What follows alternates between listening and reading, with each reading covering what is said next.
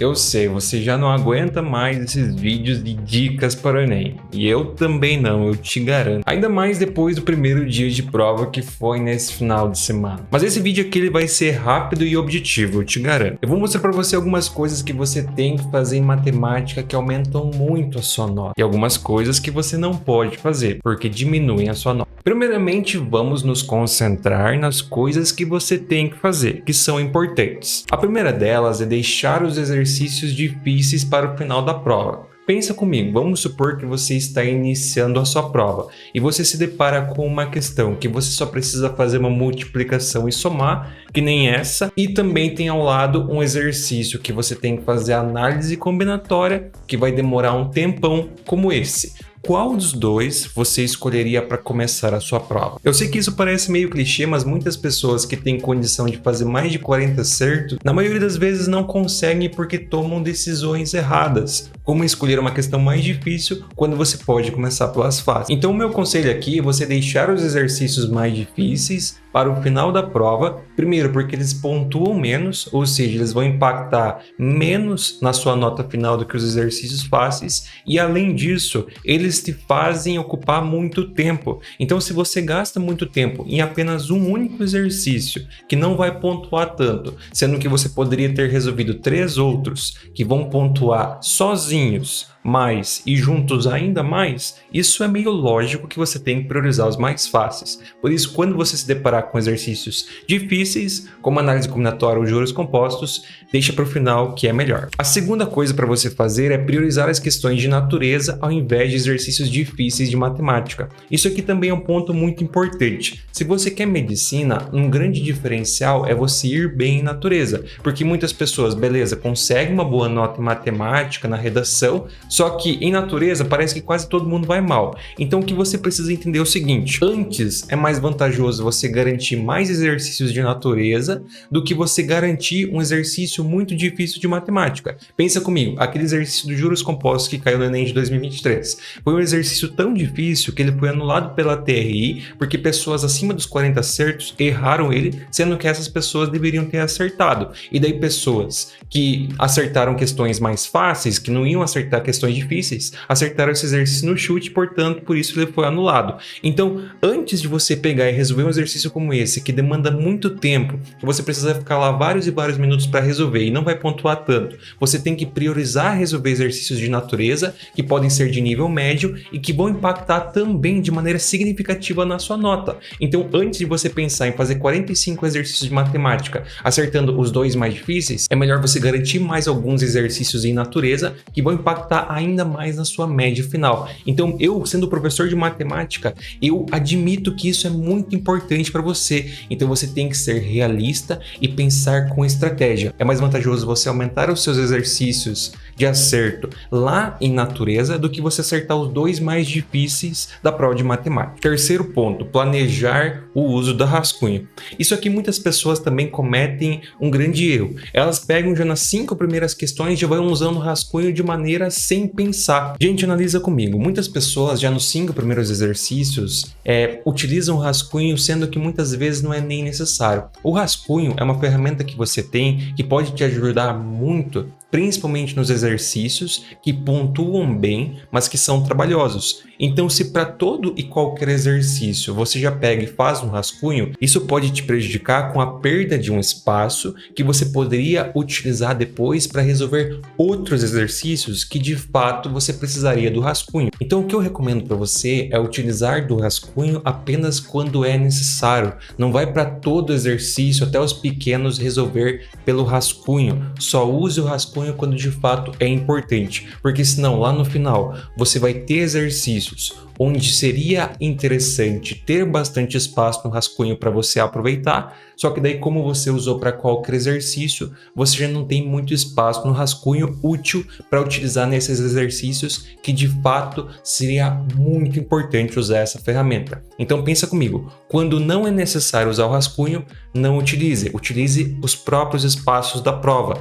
Quando você precisa sim de rascunho para ter organização, porque é um exercício extenso, é um exercício exercício longo, daí sim usa o rascunho, porque essa ferramenta ela é muito importante e faz uma diferença enorme no final da prova. Quarto ponto, resolver as questões de forma organizada para conseguir voltar depois. Com certeza isso já aconteceu com você. Por exemplo, você começou a resolver um exercício de matemática, fez ali um pouco de contas, viu que não ia dar tempo, ia demorar demais e resolveu continuar os demais exercícios e depois voltar naquela. Só que daí o que aconteceu? Você começou a resolução de maneira tão desorganizada que você precisa começar do zero, tudo de novo, para você saber o que estava fazendo, para você entender o que estava sendo feito.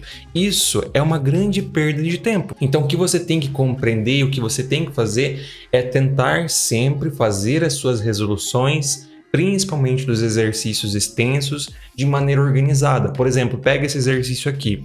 É um exercício que você tem que fazer muitas contas. Se você sai fazendo cada conta num canto, o que acontece? Você perde muito tempo depois para compreender o que está sendo feito. Então, esse tipo de exercício é interessante você usar o rascunho, numerar no rascunho qual que é a questão e fazer de maneira organizada, para depois, quando você voltar, se você não terminar ele logo, você sabe exatamente o que foi feito, então não precisa começar tudo de novo e assim não perde todo esse tempo.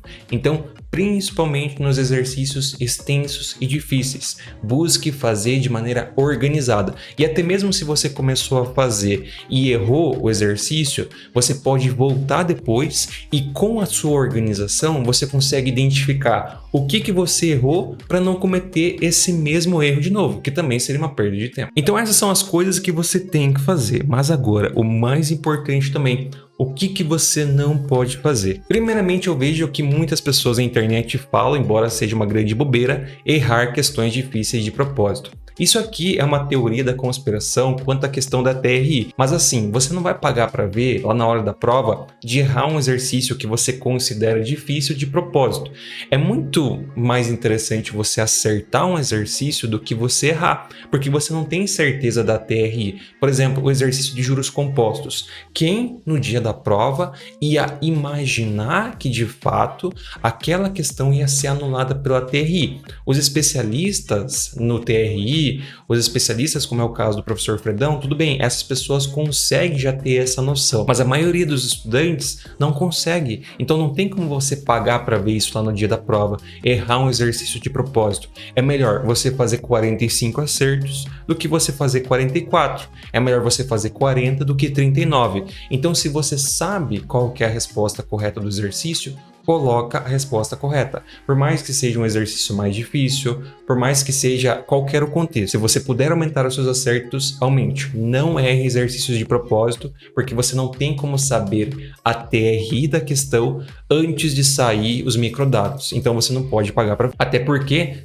vocês estão cansados de ouvir pessoas que não conseguiram aprovação por causa de um exercício. Então não siga esse tipo de pensamento que não faz o menor sentido. O segundo ponto para você não fazer é chutar sem técnica de chute. Gente, pensa comigo. O Enem é uma prova que você tem 90 exercícios para resolver em pouquíssimo tempo. Então, eventualmente, você vai ter que chutar algum exercício. Isso é normal, até porque tem duas provas, são 45 exercícios de cada, leva muito tempo. Então, quando você vai ter que chutar um exercício, é principalmente quando você não tem mais tempo de resolver. O que você faz nessas horas? Não chuta de qualquer maneira. Existem técnicas de chute que podem aumentar as suas chances de acertar. Elas não garantem que você vai acertar. Mas, se por exemplo, você tem 5 exercícios para chutar, que você não vai ter tempo de resolver, e desses 5 você chuta e acerta 2, acerta 3, já é muito melhor do que não acertar nenhum, e você pode atingir isso com técnicas de chute. Por isso eu vou deixar na descrição desse vídeo um vídeo completo onde eu explico detalhadamente técnicas de chute que podem te ajudar de verdade. Então não chuta no salame minguê, chuta com técnica, com estratégia, porque isso pode garantir para você pelo menos mais uns 2, 3 acertos, e para quem quer medicina isso faz uma diferença enorme. O terceiro, chutar no início da prova. Gente, isso aqui não faz o menor sentido. Se você não está na última meia hora de prova, você não pode chutar. Primeiro que eu não deixo, tá? Mas por que você não pode chutar? Por exemplo, vamos supor que você começou a resolver um exercício de matemática ou até mesmo de natureza. Não veio de nenhuma maneira como resolver aquele exercício. Você simplesmente não consegue resolver. não chuta o exercício, deixa para o final. Por que isso? Porque se você deixar para o final, eventualmente lá no final pode acontecer de que você consiga resolver, você lembra a fórmula, você lembre como resolve, você identifica onde estava errando e assim encontra a resposta correta. Agora, se você já chuta no início da prova, o que vai acontecer? Você vai olhar aquele exercício, vai verificar que já tem uma alternativa marcada e não vai querer tentar resolver ele de novo, porque já tem uma resposta. Então, não é aconselhável você chutar no início da prova, porque eventualmente ao longo da aplicação você pode lembrar como resolve o exercício e assim garantir mais um acerto. Quarto, mas não menos importante, sair riscando tudo sem planejar. Gente, isso aqui é muito importante, principalmente em exercícios com figuras, por exemplo, exercícios de geometria plana, exercícios de geometria espacial, exercícios de gráficos, quadros e tabelas. Por quê? Se você risca uma informação,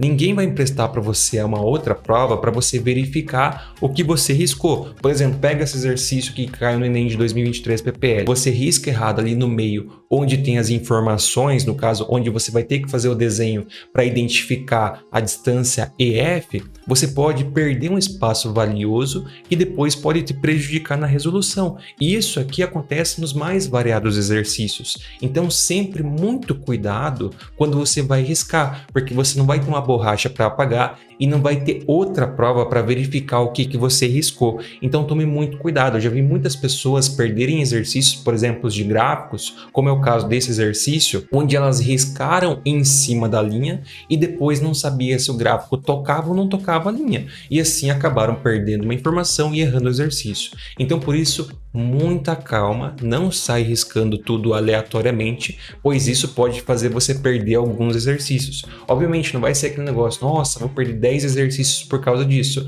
mas para quem quer medicina, todo exercício faz diferença. Então muito cuidado quando for riscar, não sai riscando tudo aleatoriamente, que isso pode te prejudicar. Então seriam basicamente essas as coisas que você tem que fazer e que não pode fazer para aumentar a sua nota em matemática nesse Enem de 2024. E quero lembrar você o seguinte, nesse dia 6 nós vamos ter a mega revisão do Potência Matemática. No ano passado eu previ a prova e previ a maioria dos exercícios que caiu. Então você pode participar dessa nossa mega revisão entrando agora para o Potência Matemática. Você tem acesso por um ano a todo o curso, acesso direto a mim para tirar todas as suas dúvidas e por óbvio vai ter acesso também a essa mega revisão deste ano, onde a gente vai abordar tudo que vai cair nessa prova e que você de fato precisa saber para garantir mais de 800 pontos. Você pode fazer 30 acertos e garantir mais de 800 pontos se saber exatamente o que é importante. Então vai ser uma mega revisão objetiva e sem enrolação, sem brincadeirinha, porque a gente valoriza o seu tempo.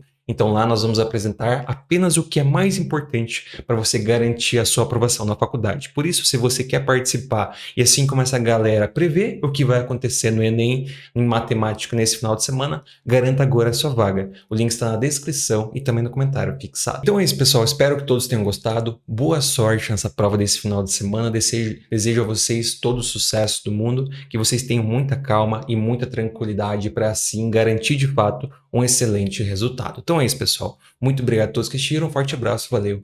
Então é isso, pessoal. Muito obrigado a todos que assistiram. Um forte abraço, valeu. E até a próxima.